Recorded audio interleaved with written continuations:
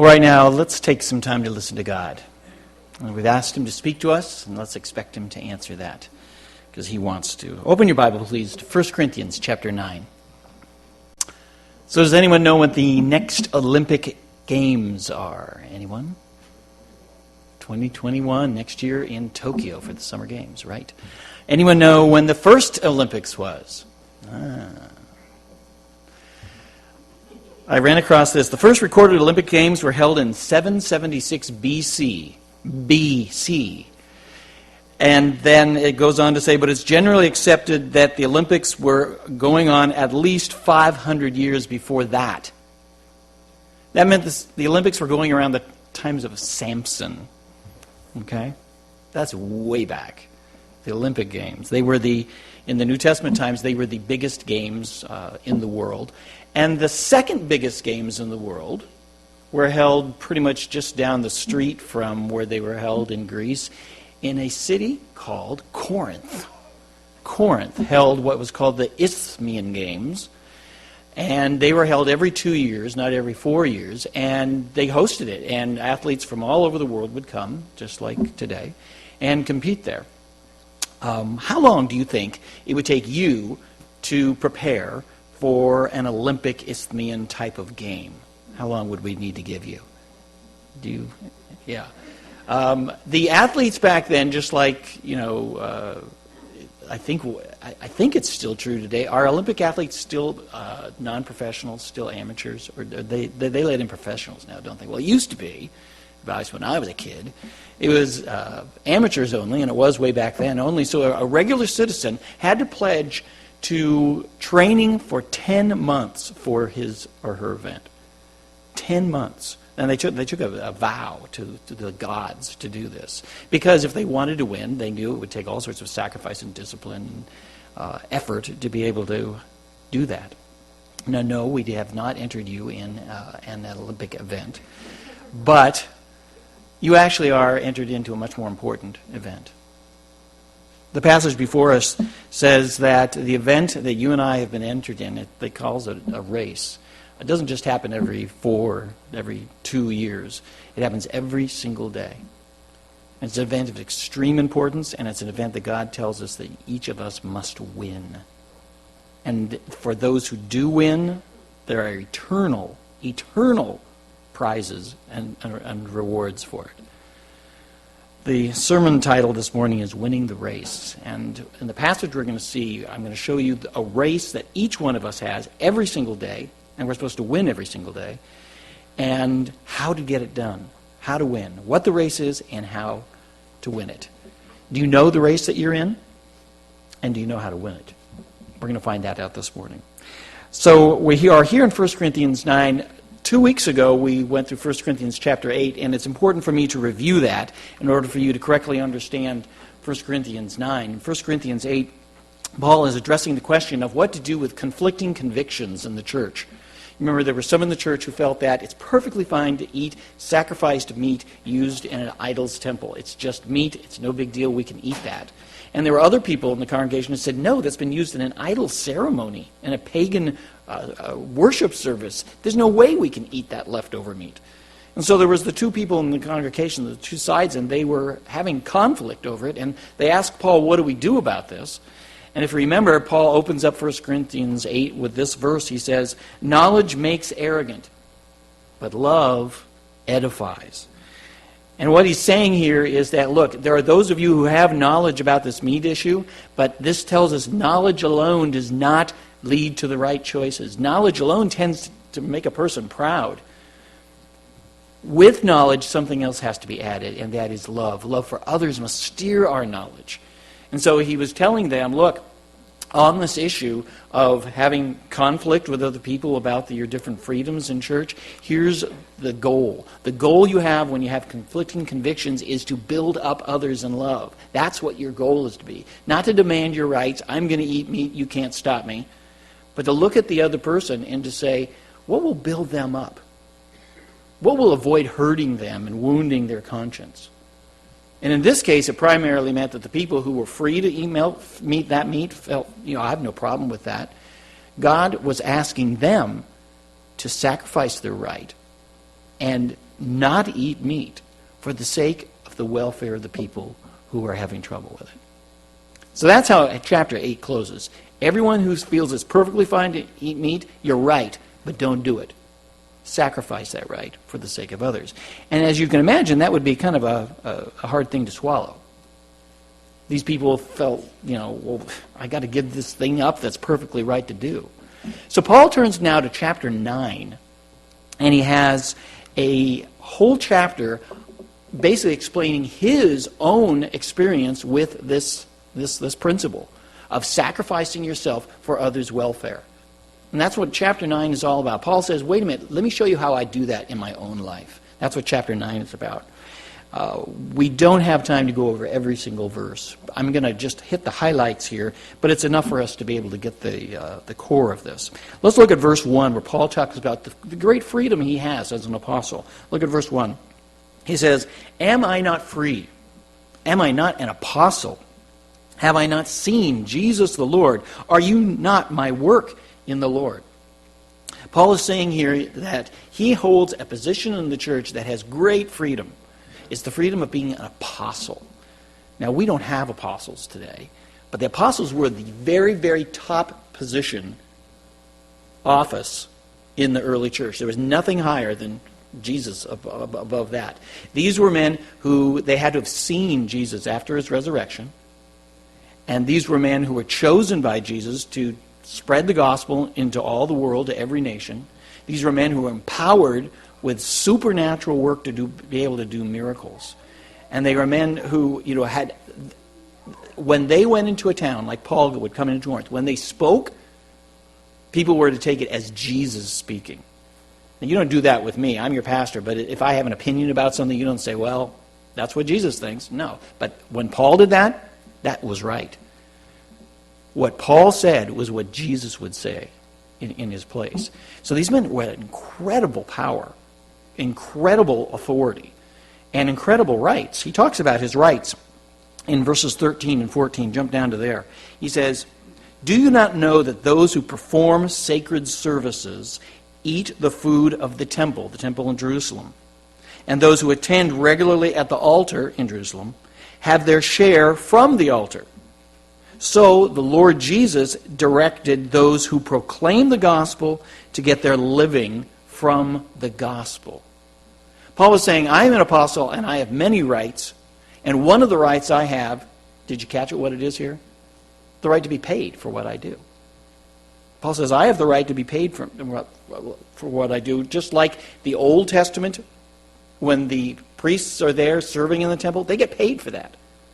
And he points out that Jesus himself said that his disciples and those who go and minister in his name are supposed to be paid for that. Paul says, this is my right as an apostle. I get to be paid for what I do.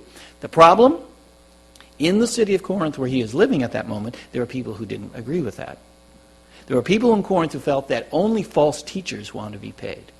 Those who are the true and honest teachers will do it for free. I hope there's no one here that believes that, because... No, but that's what they thought back then. At least a certain portion of the city.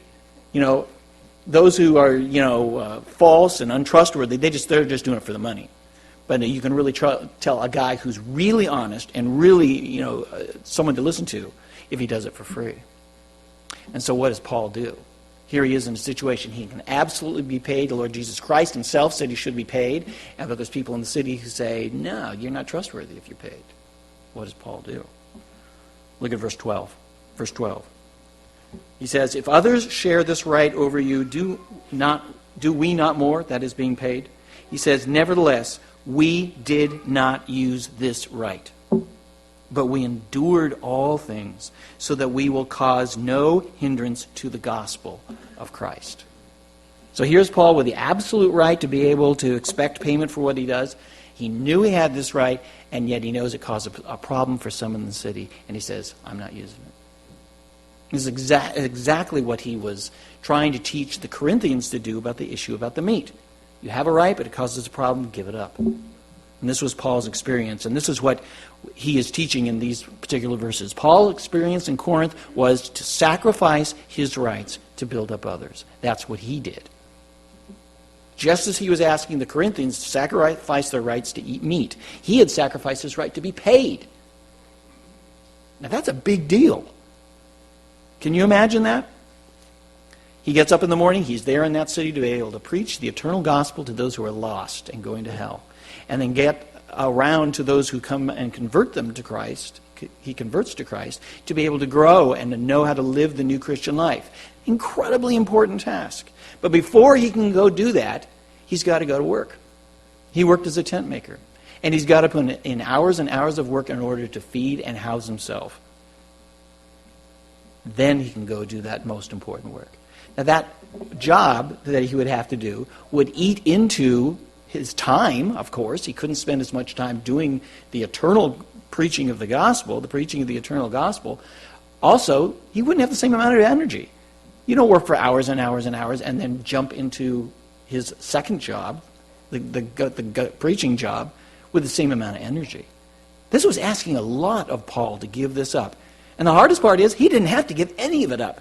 He had the right to be paid by the Corinthians and to be housed by the Corinthians and to be fed by the Corinthians. And yet, his goal was not his rights. His goal was to build up these people. And so he says, I'm going to give up that right. I'll work a full-time job in order to support myself, and then I'll do the work that God has called me to do, because I want to build up others. And I'm willing to sacrifice my right to do that. That was a big sacrifice.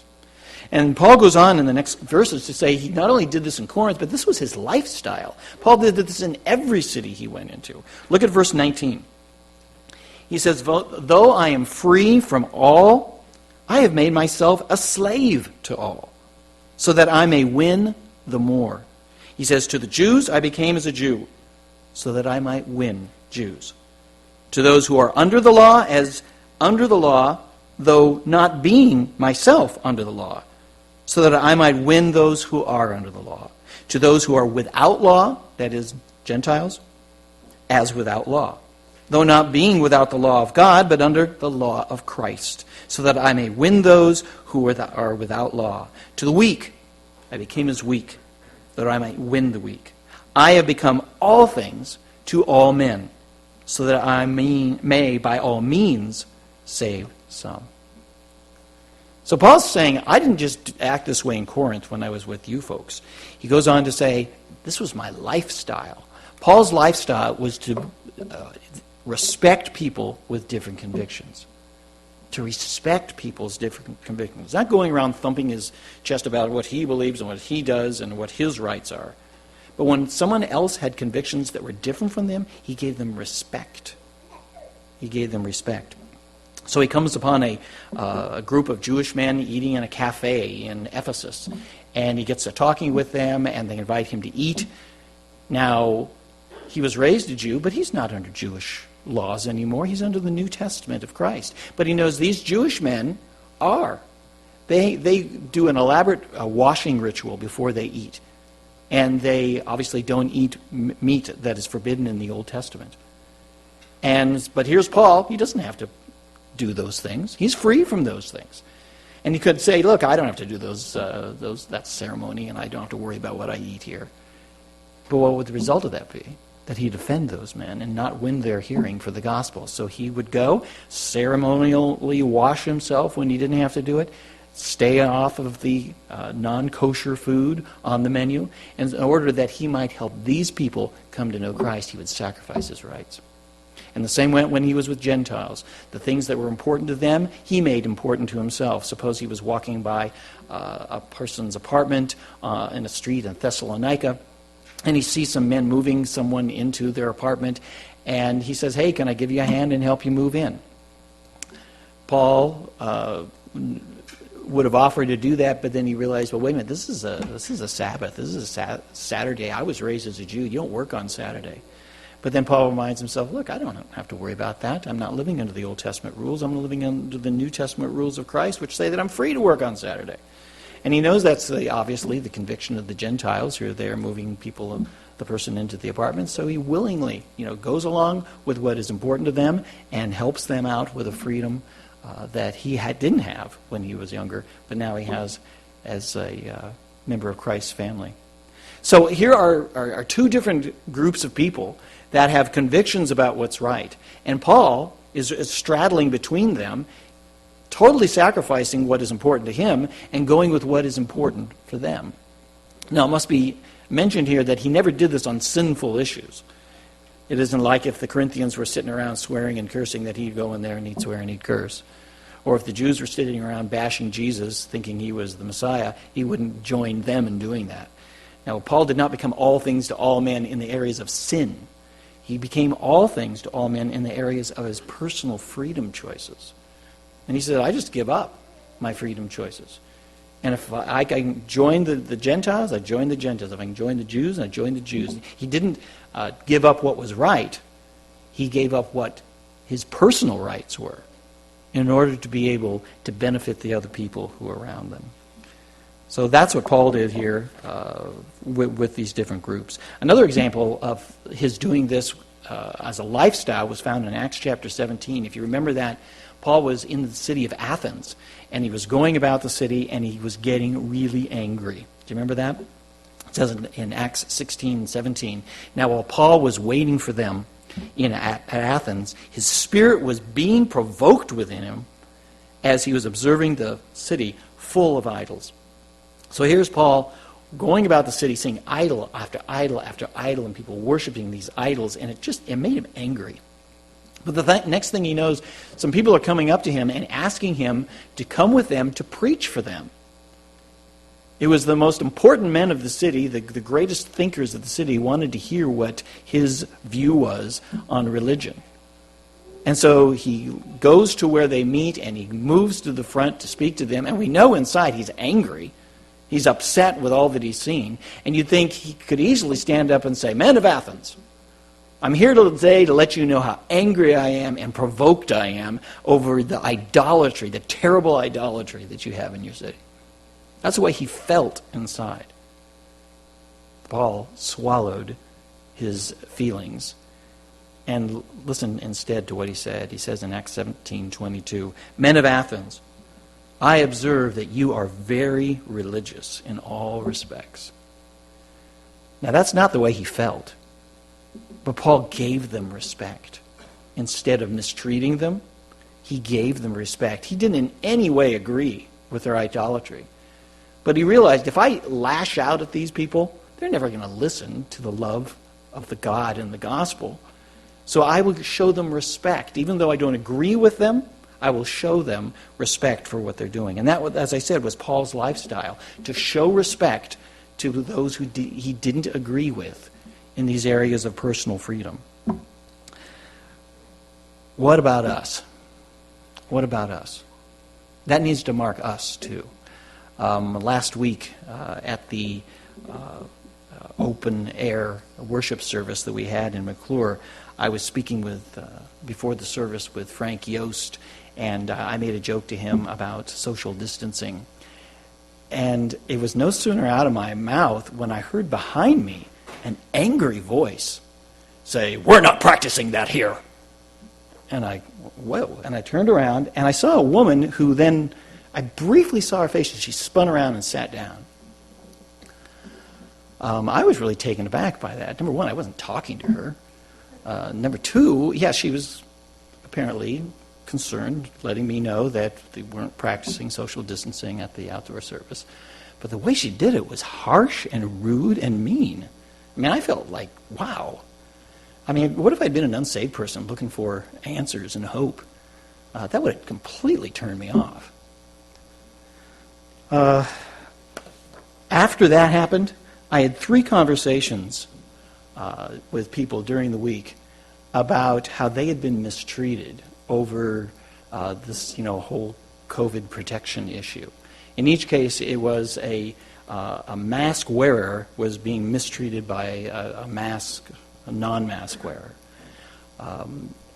Just anger spilling on to the mask wearer. It was 3 different occasions that people told me this, and in each case, the non-mask wearer had been a person who claimed to be a Christian, mistreating a person for wearing a mask.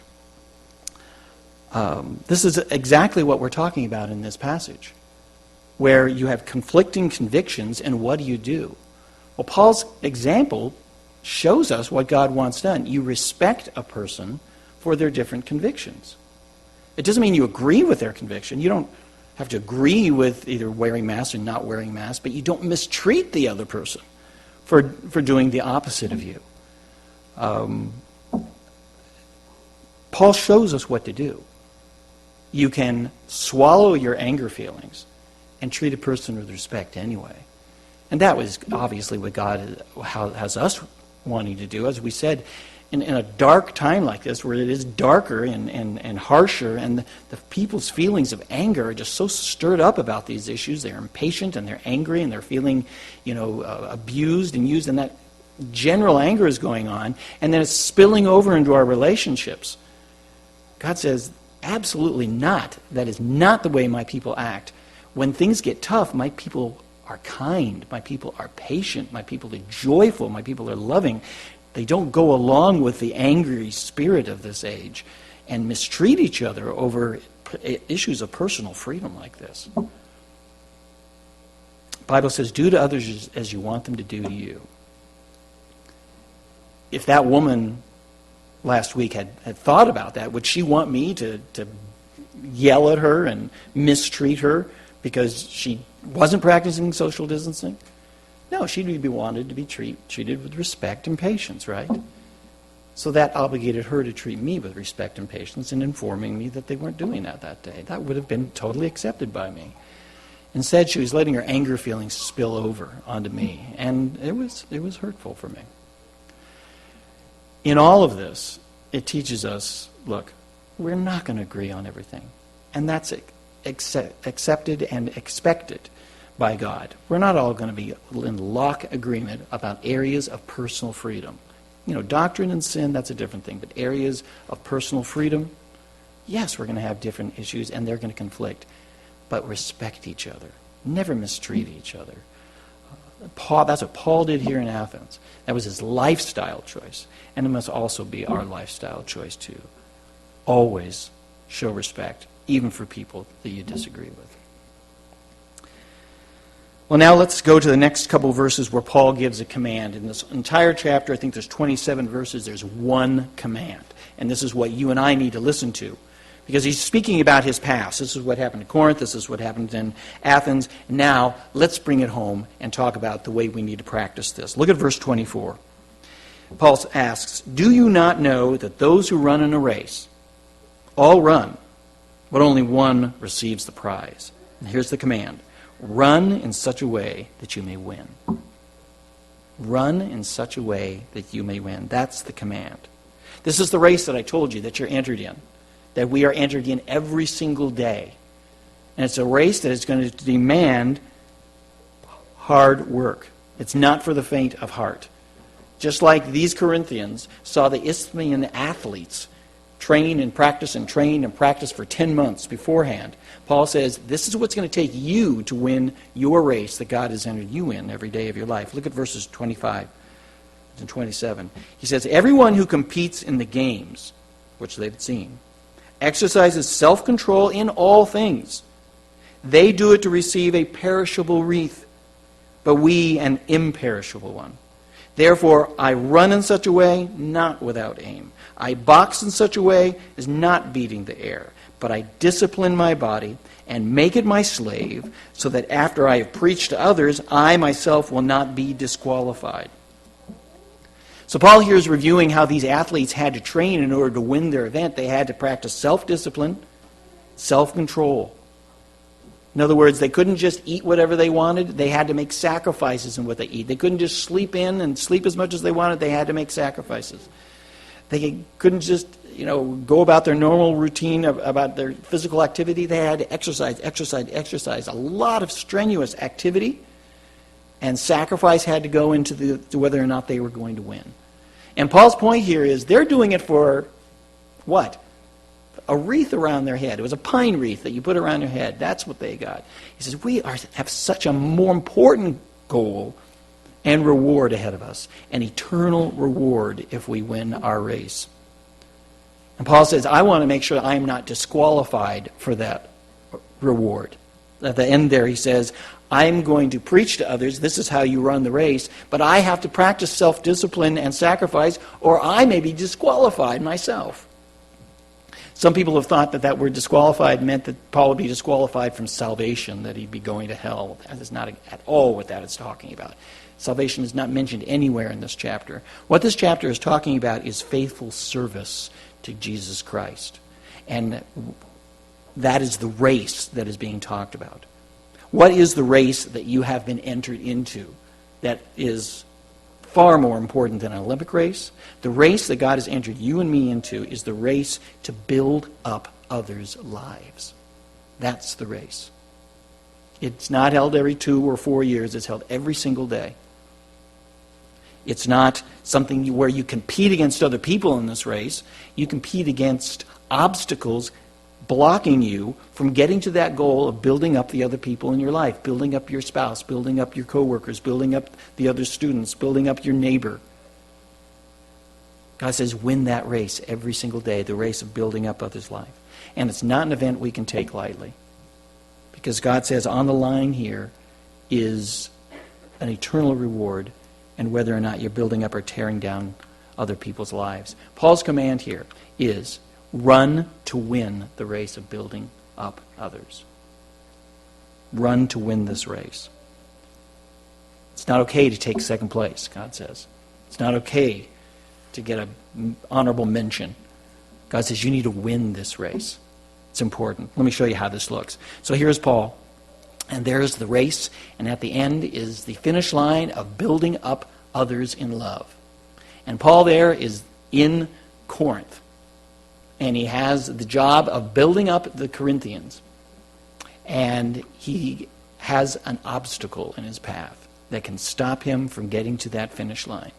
And that is his rights. So here Paul's going along with this job, I'm going to build up the Corinthians. And then suddenly comes screeching to a halt. He could stop himself and say, well, wait a minute, but what about my rights? I have the right to be paid. I'm an apostle. I'm not a nobody. I'm an apostle. I demand my right to be paid. He had every right to demand and expect that to happen. And what would have happened if he had done? He would have torn down those in the city who believed it was wrong for a teacher to be paid. He would have torn down those people's lives, not build them up, and as a result, he'd never make it to the finish line and be disqualified from a reward. See, his job, his goal was to build up those Corinthians. As long as he insisted on, hey, my pay, he was never going to get there. So what did Paul say that he did? Paul said that he went over. He went around and did not insist on his rights. He says, I sacrifice my pay, and I will work a full-time job to make sure that my needs are met when I don't have to, in order that I might continue running that race and run across the finish line of building up the other people's lives here in Corinth. That's what he did. And it was not a small sacrifice. It was huge, of time and energy and convenience and his right. But he gave that up in order to build up other people's lives. And that's where he said, I don't want to be disqualified from this by insisting on my own rights. I'm preaching to everybody that they need to do this, but I got to practice the sacrifice involved in order to make sure that I myself am not disqualified but receive the prize. And this is exactly what he's asking the Corinthians to do. He's saying, Corinthians, remember chapter 8, you have a job to do for the people in your life, and that is to build them up. For the weaker Christians that feel that eating the meat is sinful, you can be running your race and get hung up on your rights. And you say, look, I have the right to eat this meat. It's perfectly fine, no problem. And Paul says, you can choose that route, but what are you going to do? You're going to tear down your weaker brother who feels it's sin, and you're going to disqualify yourself from being rewarded by God for your faithful service. He says, don't do that. Go over and go around your rights. Say, I give up my rights. I'm not going to be insisting on eating this meat so that I can run across that finish line of building up my weaker brother. That's what Paul is saying. Paul says, Corinthians, you need to do this for those that are in your life who you have conflicting convictions with. When there's a chance if it hurts them, you back off. You do the mature thing and you sacrifice your right. And then Paul says in chapter 9, this is what I did. I did it there in Corinth when they wanted to, when they had a problem with my pay. I did it in Athens when they had a problem with my preaching. I didn't insist on my rights. I held back my anger. I respected people. And all for the goal of running across the line to build up others' lives. And now what about you and me? Do you have someone in your life where you have conflict over an issue of freedom? We're not talking about a sin issue, but an issue, like we've mentioned before, like someone has different convictions about entertainment choices than you, or maybe political choices, or COVID protection choices, or doctrine choices. There's all sorts of personal freedom issues that we can allow to become conflict and troublesome with another Christian. God says, that's not supposed to happen in the family of God. You can keep your personal convictions, absolutely keep them, but you must deny them and sacrifice them if it's going to tear another person down. Do you know anyone in your life you need to do that with? Do you know anyone where your full expression of your conviction would hurt them? Do you know anyone that you need to show respect for, that you might have been mistreating, like that woman mistreated me, that you might have been mistreating because you don't agree with their position? God says, hold on to your conviction. You have to get rid of that, but never mistreat a person over a personal freedom. Ever. It's forbidden. My people are supposed to shine brighter when it gets darker. Shine brighter. Show patience. Show love. Show long suffering with people who irritate you and you feel angry. Pull back on that as Paul did and show people respect. That's what God is telling us to do in times when it's difficult like this. Do you need to make any changes here? Do you need to confess to God anything that you've been doing wrong? Do you need to apologize to any person that you've mistreated because of this? God says we need to take this seriously. He spends 2 full chapters on this subject here in the book of 1 Corinthians because it was an issue then and it's an issue now. Christians should never be conflicting over issues of personal freedom to the point that they're tearing each other down and mistreating each other. Never, never, never. Let's make sure that we are doing the opposite, that we're being people of joy and love and kindness and goodness and peace. When all the others in the community are nasty and angry and upset, let us show the difference Christ can make by being people of joy and peace with each other. These are good words for us to be reminded of. This is what all the true followers of Jesus Christ need to commit ourselves to. Make sure you're committing yourself to this type of lifestyle today. All right.